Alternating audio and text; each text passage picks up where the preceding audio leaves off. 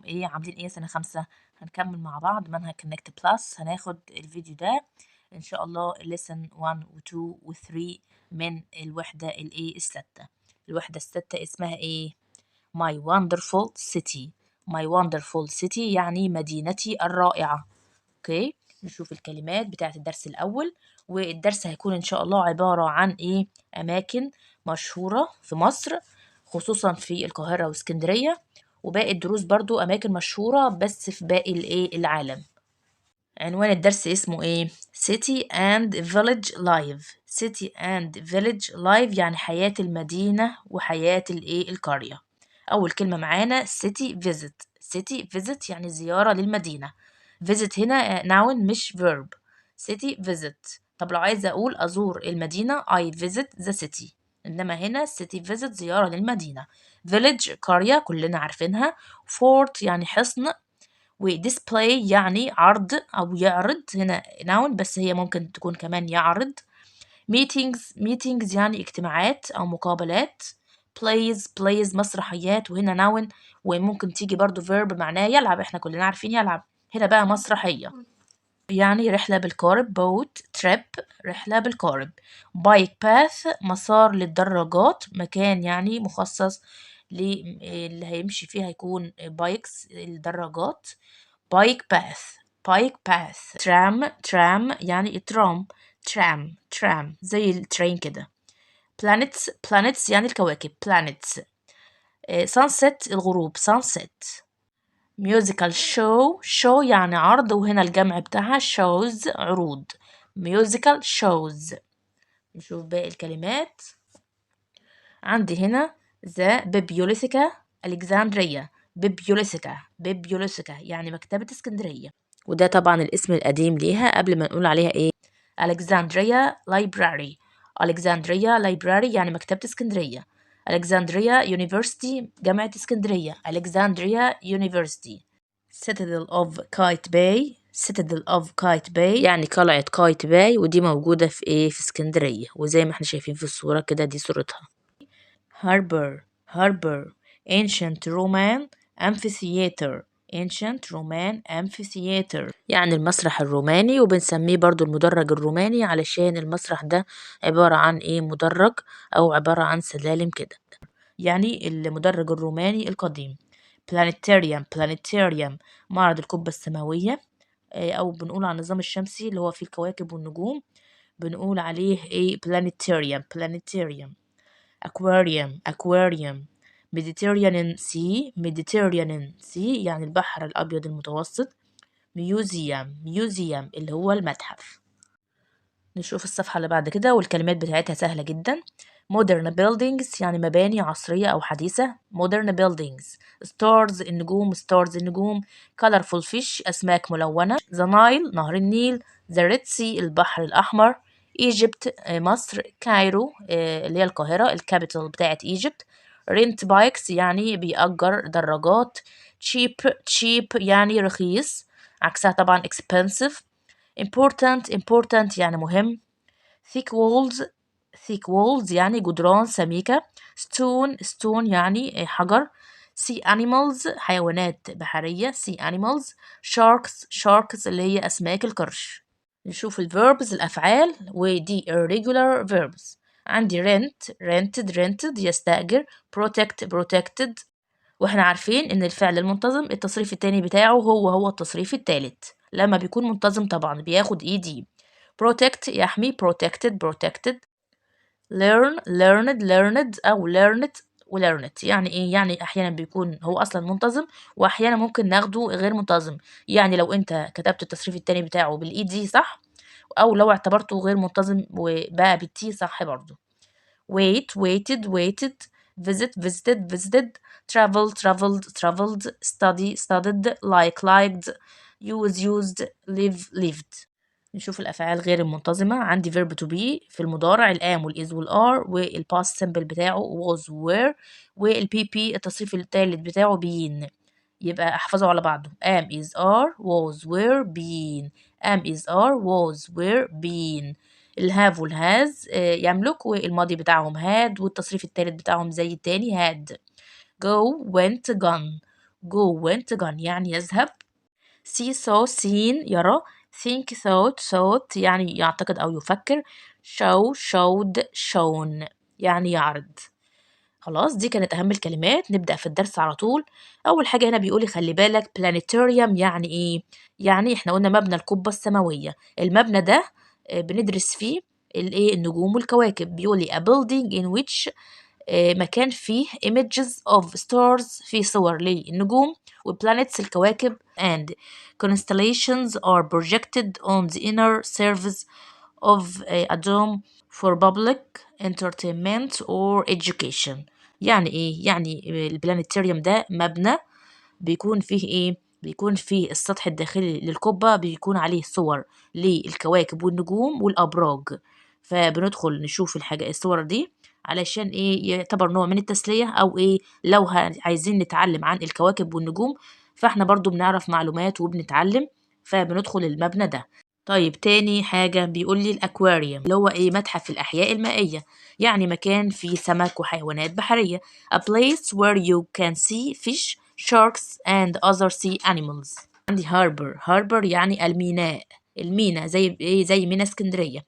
a place هي مكان where boats stop and stay يعني مكان السفن أو المراكب بترسى فيه أو كمان بنلاقي كمان مراكب هناك قاعدة على طول في المكان ده بما إنها مينا. University الجامعة. يعني إيه الجامعة؟ a place where students can study after they finish school. يعني المكان اللي بيروح ليه الطلاب أو بيدرس فيه الطلاب بعد ما بيخلصوا إيه الدراسة في المدرسة. بيخلصوا مدرسة وبيدخلوا إيه الجامعة. خلاص دي معلومات يعني إحنا عارفينها بس إيه المصطلحات ممكن تكون جديدة شوية علينا فهنحفظ الكلمات الجديدة دي. بعد كده بيقول لي did you know هل تعلم أن there are about 102 million people in Egypt. يعني عدد السكان في مصر قد إيه 102 مليون. over 7 million people live in Cairo. أكتر من 7 مليون بيعيشوا في القاهرة. and over 3.5 million people live in Alexandria. و3.5 مليون بيعيشوا في اسكندرية. يبقى المعلومة دي لازم أعرفها. عدد السكان في مصر قد إيه 102 مليون. عدد السكان في القاهرة 7 مليون. وفي اسكندرية يعتبر النص يعني 3.5 مليون. بعد كده بيقول لي برضو more than half of the people on earth live in a city. يعني أكتر من نص سكان الكرة الأرضية بيعيشوا في المدن. يعني إيه يعني أكتر من الريف يعني أكتر من نص السكان اللي في العالم كله موجودين إيه في السيتي. بعد كده بيقول لي إيه my city visit يعني زيارتي للمدينة. مين اللي بيقول الكلام ده؟ هنا بيقول نسمة وعندها 9 سنين. نقرا كده هنروح فين. last week I went to Alexandria with my family. ده في الماضي. الكلام ده في الماضي يبقى رحنا last week. طالما last week الأسبوع الماضي يبقى أنا عارف إن الفعل اللي جاي ده تصريف تاني. يعني لو جالي اختيارات go ولا went ولا going مثلا فأنا هختار التصريف التاني went ذهب. I went to Alexandria رحت اسكندرية مع عيلتي. طيب I live in a small village. أنا عايشة في قرية صغيرة between Alexandria and Cairo.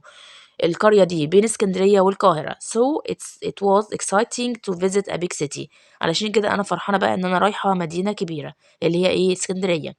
These were some of my favorite places. بتقول بقى الأماكن اللي جاية دي هي الأماكن المفضلة بالنسبة لها. نشوف بقى إيه هي الأماكن دي. أول مكان هنا إيه the harbor اللي إحنا قلنا اللي هو الميناء بتاع اسكندرية. Alexandria has a very important harbor. يعني اسكندرية فيها ميناء مهم جدا. It's the oldest and biggest in Egypt. يعني من أكبر وأقدم الميناء الموجودة في مصر كلها هو ميناء اسكندرية. We went on a boat trip for the harbor at sunset. يعني إحنا ذهبنا في رحلة بالمركب من الميناء في وقت الغروب.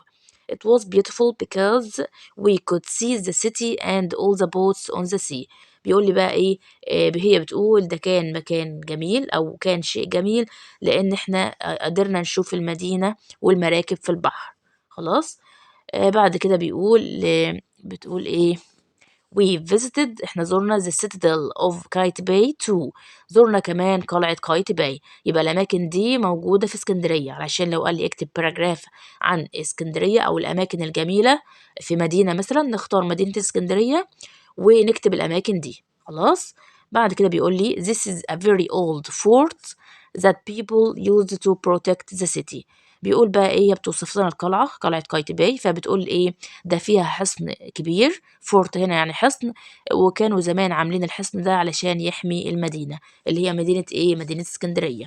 خلاص، ده أول مكان اللي هو ايه هاربر. تاني مكان هي هتقول لنا عليه هو ايه، ذا بيبيوليثيكا ايه الكسندريا بيبيوليثيكا. احنا قلنا مكتبة اسكندرية زمان اسمها ايه بيبيوليثيكا، فهي هتوصفها لنا. بيقول لي ايه this library is a famous modern building near the harbor in Alexandria. يعني ايه مكتبة اسكندرية، واحنا ممكن نقول عليها ايه، قلنا library او بيبليوثيكا، يعني ده صح وده صح. بتقول بقى ايه المكتبة دي هي مكتبة حديثة مشهورة جنب ايه ميناء اسكندرية. بتقول ايه بقى على المكان ده، طبعا المكان ده شكل مكتبة اسكندرية شكلها مدور كده وجميل، فهي بتقول نفس الكلام. بتقول ايه the round building المبنى الدائري is beautiful and different to anything I've seen before. بتقول المبنى ده جميل ومختلف عن اي شيء انا شفته قبل كده. ونخلي بالنا من الزمن ده، البريزنت بيرفكت المضارع التام بعرفه من الهاف والهاز والبي بي التصريف الثالث. هنا سي التصريف الثالث بتاعها سين، وابوستروفي في اي اختصار لهاف، وهاف بتيجي مع مين، مع الفاعل الاي واليو والوي والذي واي فاعل جمع. اوكي. طيب هنا بتقول ايه ده المكان ده ما شفتش مكان زيه قبل كده. it has over 4 million books. في كام كتاب بقى، 4 مليون كتاب مكتبة اسكندرية. there are also museums and بلانيتاريوم، وفيها ايه مبنى القبة السماوية. where حيث we saw احنا شفنا an amazing display about stars and planets.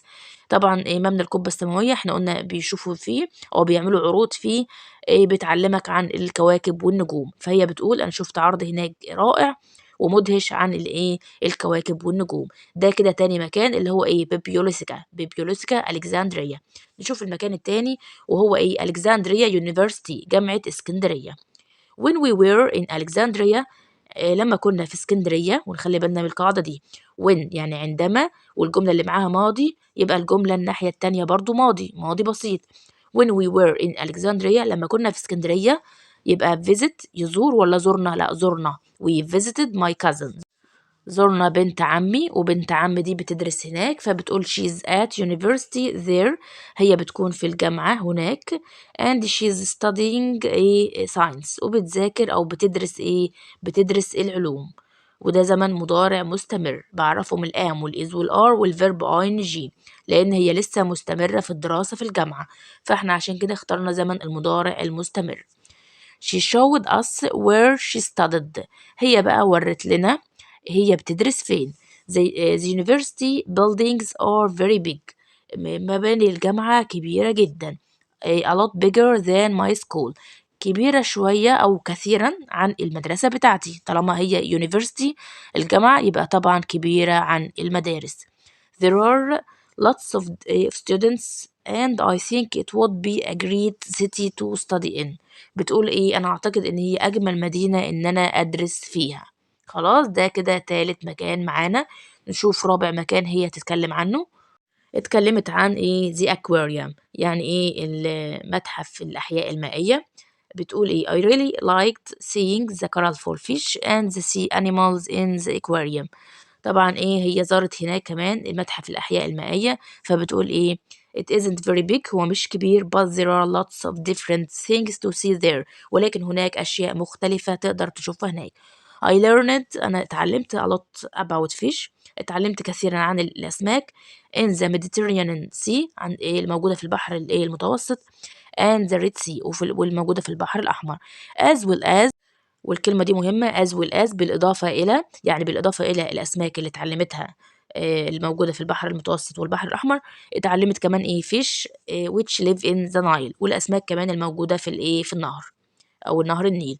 نشوف المكان اللي بعد كده اللي هي اتكلمت عنه. آخر مكان معانا وده آخر جزء في الدرس الأول. اتكلمت عن رومان أمفي ثياتر، يعني اللي هو المسرح الروماني المدرج. بتقول we visited the ruins، والكلمة دي مهمة نحفظها. ruins يعني بقايا. بقايا يا ترى، حاجة قديمة أو حاجة متكسرة أو حاجة متدمرة أو حاجة من زمان، يعني بقايا أي حاجة بنقول عليها ruins. ruins of the ancient Roman amphitheater in the city. إحنا زرنا بقايا المتحف الروماني القديم الموجود في اسكندرية. A long time ago people used it for musical shows. يعني المتحف ده كان بيستخدموه علشان إيه؟ طالما هو أصلًا أو سوري المسرح ده بيستخدموه علشان إيه؟ طالما هو مسرح يبقى فيه shows عروض وmeetings مقابلات and plays ومسرحيات. It was interesting to visit somewhere so old. بتقول بقى إيه إنه من الشيق إن أنا أزور مكان قديم زي المكان ده. It was fun to be in Alexandria. من الممتع إن أنت تكون في اسكندرية because there are lots of things to see and do. علشان إيه في حاجات هناك هتشوفها كتيرة وكمان هتعملها. Over 3.5 million people live here. بيعيشوا هنا so there is a lot of traffic. علشان كده في زحمة مرورية كتيرة. There are bike paths. في بقى ممرات للدراجات. path يعني طريق والجمع بتاعها اسمه path. ممرات للدراجات in some parts of the city. يعني في المدينة ممرات معينة أو سوري ممرات مخصصة للدراجات في بعض الأماكن جوه اسكندرية. and you can rent bikes. وكمان تقدر تأجر دراجات to travel around علشان تسافر حوالين المدينة. but we traveled by tram. ولكن أنا سافرت عن طريق الترام. هي ركبت الترام اللي جوه اسكندرية. it was easy and cheap. ده سهل جدا ورخيص كمان التذكرة بتاعته رخيصة. and we saw lots of different places. وكمان شفت أماكن مختلفة كتيرة. I can't wait to visit the city again soon. يعني أنا مش قادرة أنتظر إن أنا أزور المدينة قريب. يعني عايزة تزور المدينة دايما من كتر حبها في اسكندرية. ودي كانت أهم الأماكن اللي كلمتنا صاحبتنا عنها، ويا ريت ناخد بالنا منها كويس ونذاكرها كويس. كل مكان نعلمه بحاجة. خلاص نشوف الدرس التاني. نبدأ في الدرس التاني، والدرس التاني سهل جدا، علشان كده أنا حبيت أخد الدرس التاني والتالت مع بعض في الفيديو علشان هم سهلين جدا إن شاء الله. الدرس التاني بيتكلم عن إيه؟ هنتكلم عن مكان برضو. نشوف الكلمات الأول. خان الخليلي. حي خان الخليلي الموجود طبعا في القاهرة. خان الخليلي الكي اتش بنطقها حرف القاف. خان الخليلي. favorite place مكان مفضل. sports center مركز رياضي. sports center. كافيه اللي هو الكافيه أو المقهى. bakery المخبز. recycled plastic يعني بلاستيك معاد تدويره. recycled. famous person شخص مشهور. have fun يستمتع. quiet beach quiet يعني هادي. difficult test يعني امتحان صعب. shopping يعني التسوق. delicious food طعام لذيذ. summer vacation الأجازة الصيفية، ونركز على الكلمة دي علشان جات لنا في الدروس قبل كده برضو في connect plus. summer vacation أجازة الصيف. secondary school مدرسة ثانوي. secondary school. سيناي بننسلا شبه جزيرة سيناء. garbage قمامة. drop letter يلقي قمامة. drop letter. local shop متجر محلي يعني جوه المدينة. الأفعال بقى سهلة جدا. play و arrive و drop. يعني هنا الكلمة دي ممكن جديدة شوية. drop يعني يلمي أو يلقي. دول طبعا منتظمين. نشوف الأفعال غير المنتظمة. have fun يستمتع، وطبعا احنا عارفين الماضي بتاعها had. met يقابل. ate eaten. buy bought make made كلنا عارفين الأفعال دي. نبدأ في الدرس على طول، والدرس عبارة عن قطعة كده بتتكلم عن my favorite place يعني مكان المفضل. يعني في الدرس هنا كل حد من أصدقائنا هنا هيقول عن المكان المفضل بتاعه. لارا هنا هتكلمنا عن المكان المفضل بتاعها. هتقول لنا My favorite place is the sports center in our village. يعني المكان المفضل بتاعي هو المركز الرياضي في القرية بتاعتنا. Everybody goes to the sports center on Thursday night. يعني everybody يعني كل شخص بيروح للمركز الرياضي يوم الخميس بالليل. ونخلي بالنا من حاجة مهمة. يوم الخميس أو أي يوم بياخد on. أي يوم في الأسبوع بياخد on. و everybody يعني كل شخص بنعتبر الفعل ده فاعل مفرد. يعني لو جاء قال لي go ولا goes هقول له لا goes اللي فيها s، علشان احنا بنحط s بتاعت المضارع البسيط مع الفاعل المفرد، ونخلي بالنا من النقطة دي كويس. بعد كده اللي في النص بيقول لي we meet احنا بنقابل all our friends بنقابل كل أصدقائنا play sports وبنلعب رياضة and have fun وبنستمتع. هنا بيقول لي لارا اللي بتقول لنا الموضوع ده. My favorite place is the cafe next my grandparents house.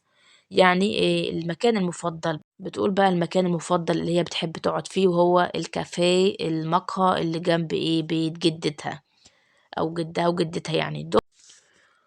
هنا اللي بيتكلم مجدي بيقول ايه بقى: don't eat anything before you go there. ما تاكلش اي حاجة قبل ما تروح هناك. ونخلي بالنا don't هنا يعني ايه، زي فعل نهي كده، وبتيجي بعدها المصدر don't eat، ما تاكلش. the cakes are very big، يعني لان الكيكات هناك are كبيرة. and there is nothing there I don't like، ومفيش حاجة هناك انا مش بحبها، يعني كل حاجة هناك حلوة وبيحبها. هنا بقى داليا هتكلمنا هتقول لنا ايه: somebody first took me to the خان الخليلي market when I was 6. يعني ايه، شخص ما اخدني لخان الخليلي لما كنت صغيرة، لما كان عندي 6 سنين. هي مش متذكرة مين بالظبط. It's a fun place to visit، ده مكان ممتع ان انت تزوره. and you can buy everything، وتقدر تشتري كل حاجة من هناك you need، انت محتاجها هناك. I bought something there last week، انا بقى اشتريت حاجة الاسبوع اللي فات. I think everybody who visits Cairo should come to this market. انا اعتقد ان اي حد يجي القاهرة فهو لازم يروح يزور السوق ده بتاع خان الخليلي. ونخلي بالنا احنا قلنا everybody بتاخد الفعل فيه اس اللي هي المفرد اللي احنا عارفينها بتاعة المضارع البسيط. يعني everybody بتتعامل معاملة الهي والشي لما تكون موجودة. خلاص نشوف مين اللي هيتكلم بعد كده. فارس هيكلمنا عن ايه: My favorite place is the beach near our house. المكان المفضل بقى بتاعه هو الشاطئ جنب البيت بتاعه. It's beautiful، ده مكان جميل and quiet وهادئ and nobody knows about it. يعني مفيش حد بيعرف عنه علشان هو هادي. ونخلي بالنا من شوية أخدنا everybody يعني كل شخص وبتتعامل معاملة المفرد. برضو nobody بتتعامل معاملة الهي والشي لما تكون موجودة. nobody يعني مفيش حد. We don't usually meet anybody when we go there. احنا مش بنشوف اي حد لما بنروح هناك. ونخلي بالنا احنا خدنا everybody يعني كل شخص. anybody يعني لا احد، يعني بتيجي مع، نخلي بالنا لما يجيني اختيارات وفي everybody و anybody، لما الاقي في don't نفي يبقى النفي بيحب anybody. احنا قبل كده اخدين ان any بتحب النفي، نفس الكلام anybody بتحب النفي. هنا عايزاكم تركزوا معايا في حاجة. I don't have أنا معيش، و don't هنا في نفي يبقى هاخد anything معيش أي شيء. طب لو I don't see أنا مش شايف، مثلا هقول مثلا مش شايف anybody، يبقى برضو كلمة body مع any أخدت not النفي. I don't have anything to do today. أنا لا أملك شيئا أفعله اليوم. نفس الجملة لها معنى تاني أو أكتبها بطريقة تانية، أقول I have أنا عندي nothing يعني لا شيء. يعني أنا أملك لا شيء يعني I don't have anything، يبقى زيها بالظبط I have nothing لا أملك شيء. طيب there isn't anything in the box. هنا isn't أخدت anything عشان في نفي، يعني لا يوجد أي شيء. هنا برضو زيها بالظبط there is nothing يعني يوجد لا شيء، يعني there is nothing مفيش حاجة في الصندوق، يعني there isn't anything in the box. برضو نفس الجملة تدي نفس المعنى، لا شيء في الصندوق. نخلي بالنا هنا بقى ان something اتعاملت معاملة المفرد. there is something wrong with this television set، يعني يوجد وأخدت is. nobody أخدت knows يعرف وفيها s بتاعت المضارع البسيط. somebody أخدت wants، somebody wants to see you dad، شخص ما يريد أن يراك يا أبي. فهنا somebody هنا متعاملة معاملة الهي أو الشي. everybody here is welcomed. everybody هنا اتعاملت معاملة قلنا الهي أو الشي. is there anything I can do. anything هنا برضو اتعاملت معاملة المفرد اللي هو it، فعشان كده أخدت is. هنحل مع بعض أسئلة برضو كده اختيارات علشان أضمن إن هي المعلومة اتثبتت في دماغكم بخصوص الفرق بين everything و everybody و anything و anybody. هنفهم دلوقتي. هنا بيقول number one I am hungry أنا جعان. is there هل يوجد anything أي شيء ولا كل شيء ولا لا شيء أنا أكله؟ طبعا أي شيء أنا أكله. وهنا سؤال بيحب أكتر anything. هل يوجد أي شيء إن أنا أكله؟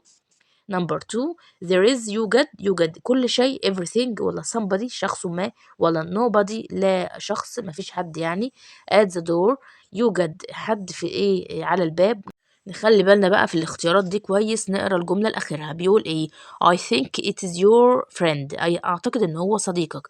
طالما أعتقد إن هو صديقك يبقى يوجد كل شيء ولا شخص ما؟ لا شخص ما somebody. يبقى الجملة التانية هي اللي نفعتني اخد بالظبط.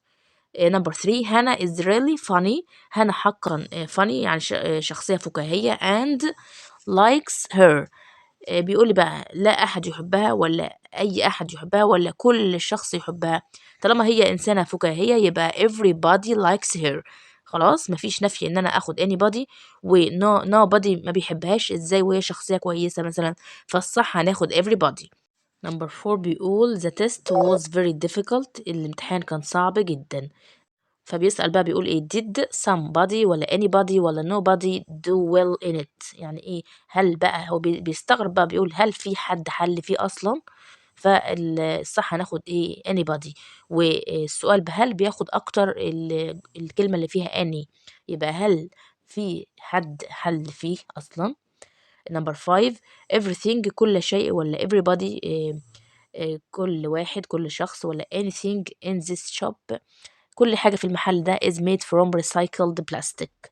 طالما حاجة مصنوعة من البلاستيك يبقى أكيد مش إنسان، فأنا هستبعد أول حاجة everybody يعني كل شخص هستبعدها. يبقى عيني على الشيء والشيء. هقول لي كل شيء مصنوع من البلاستيك ولا مفيش حاجة مصنوعة من البلاستيك. أنا بقى محتارة بين everything و anything. أنا عارف إن أني بتحب النفي والسؤال اللي هو مثلا بهل.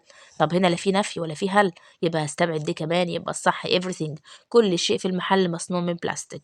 there is يوجد بيقول لي بقى nothing مفيش حاجة ولا كل حاجة everything ولا something شيء ما on the table for you ليك. هنشوف بقى الجملة التانية اللي هي اللي هتوضح لي it's a present ده هدية، ونخلي بالنا هدية واحدة. يبقى لا يوجد حاجة خالص nothing لا ده هدية موجودة. everything كل حاجة ده هي حاجة واحدة a present هدية. يبقى الشيء ما شيء ما يعني حاجة واحدة، يبقى اللي هي مفرد، يبقى هنا a present. يبقى الجملة التانية هي اللي وضحت لي وخلتني أقول يوجد شيء ما، يبقى دي الصح. طيب ناخد جملة عشوائية كده مثلا، ناخد number 9 بيقول there isn't لا يوجد. طالما في not احنا قلنا مين not بتحب مين any. لا يوجد أي شيء in my school bag. خلاص يبقى ما ينفعش some مع مع not، الصح anything. ناخد مثلا 15 somebody شخص ما at the door على الباب. can anybody open the door ممكن حد يفتح الباب. طالما عندي somebody يبقى يتعامل معاملة احنا قلنا الهي والشي هتاخد يكون. يبقى somebody هنا تاخد is. ندخل على lesson 3 وبيتكلم عن amazing buildings مباني مدهشة. هنتكلم برضو عن buildings مباني في مصر وبرضو باقي العالم برضو. أول كلمة عندي statues يعني تماثيل statues. artifacts يعني آثار أو قطع أثرية artifacts. temple يعني معبد. arches environment البيئة. tower roof سطح. steel حديد صلب. modern حديث modern. unusual غير اعتيادي أو غير عادي. made from مصنوع من. made from glass windows يعني نوافذ من الزجاج.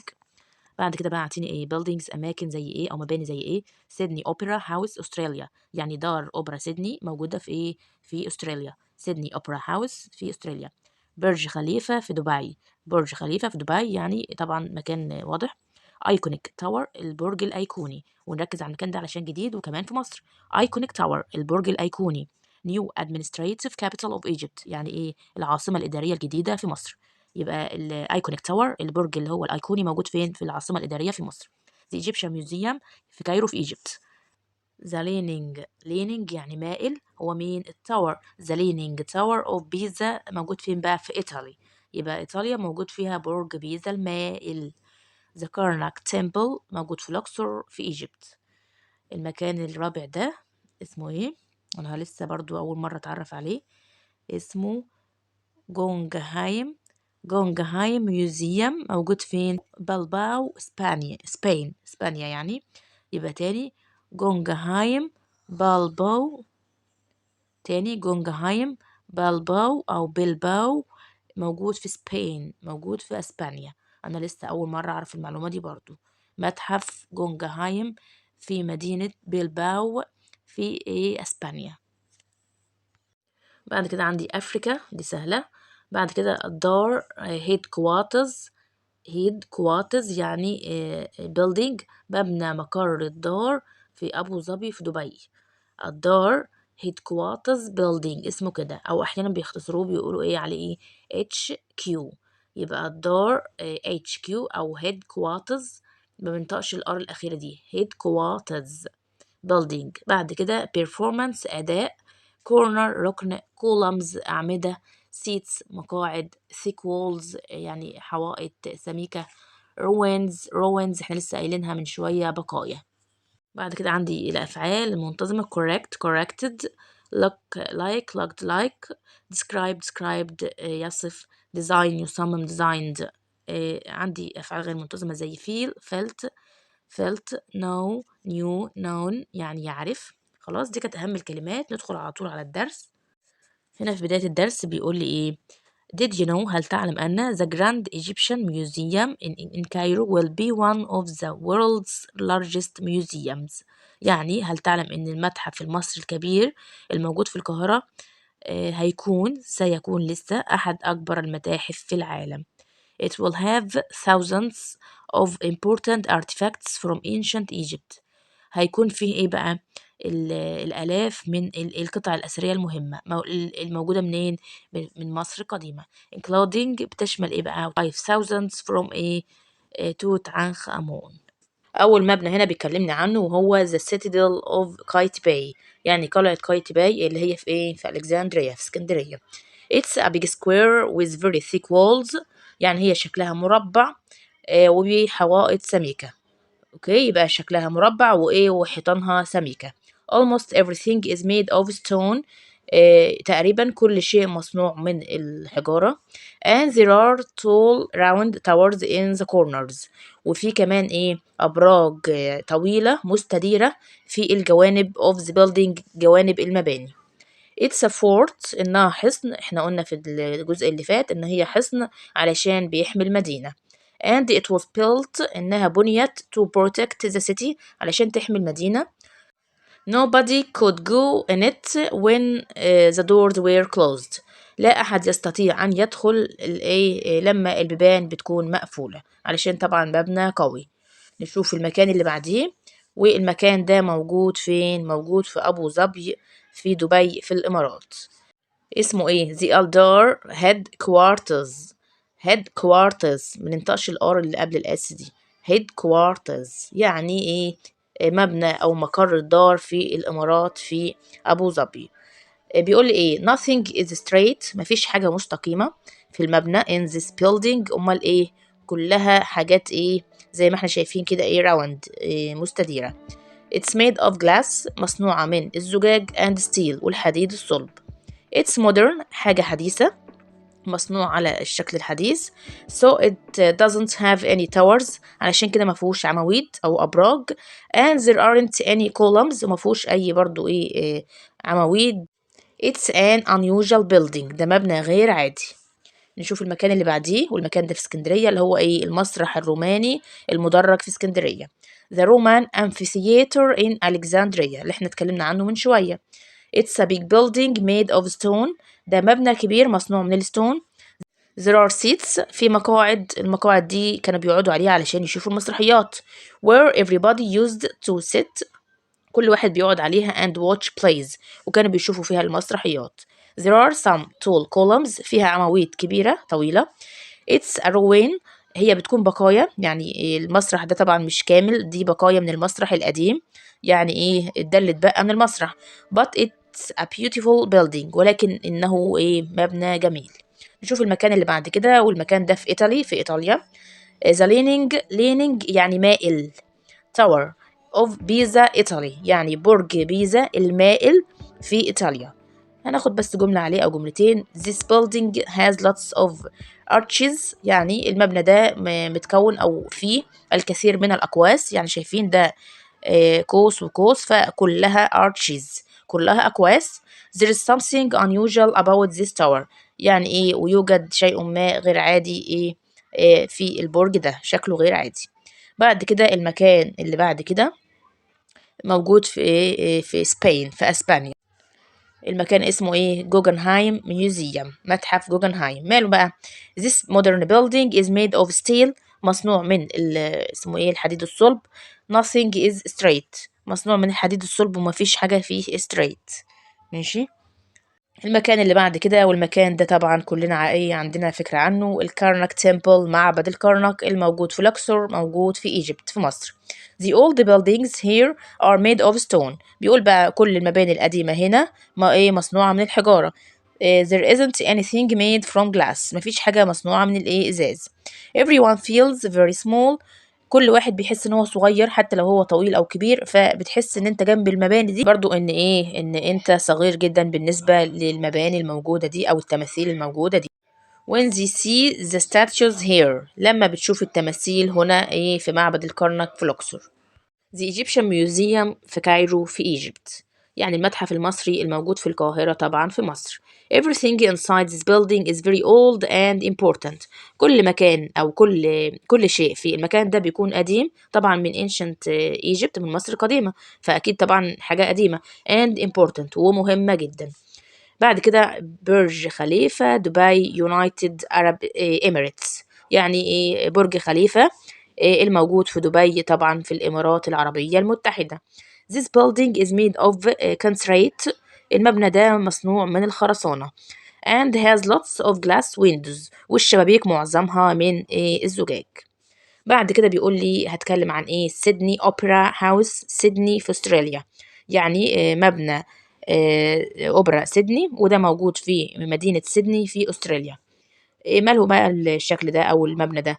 The roof of this building looks like the sails. المباني أو سوري الأسطح بتاعته زي ما احنا شايفين كده شبه السيل اللي هو الشراع بتاع المركب. خلاص of boats. ده كده أهم حاجة بتميز أوبرا سيدني. طيب كده خلصنا 3 دروس. ناخد مع بعض كده أسئلة عشوائية على ال3 دروس.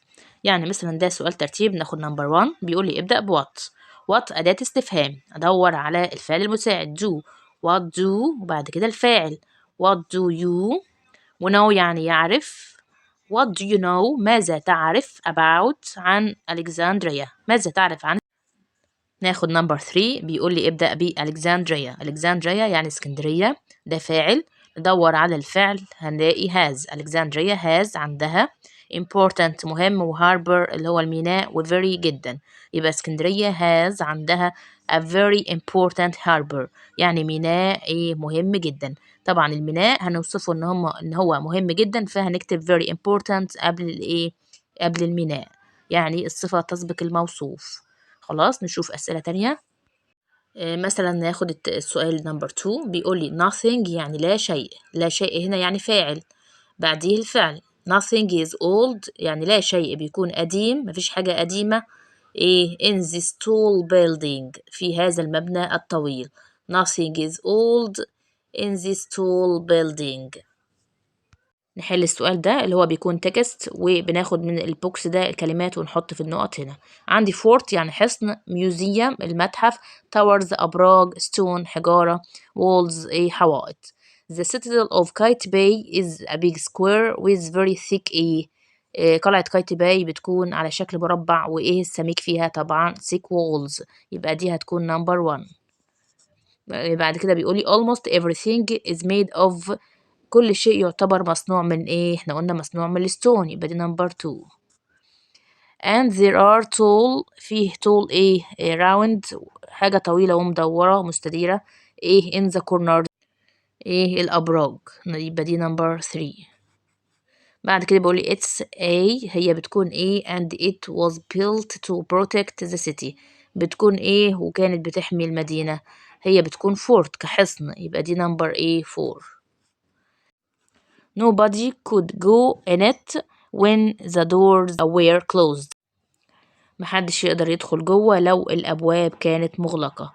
بكده يكون انتهى الدرس، يا رب تكونوا استفدتوا. استنوا إن شاء الله باقي اليونت في الفيديوهات الجاية. باي باي.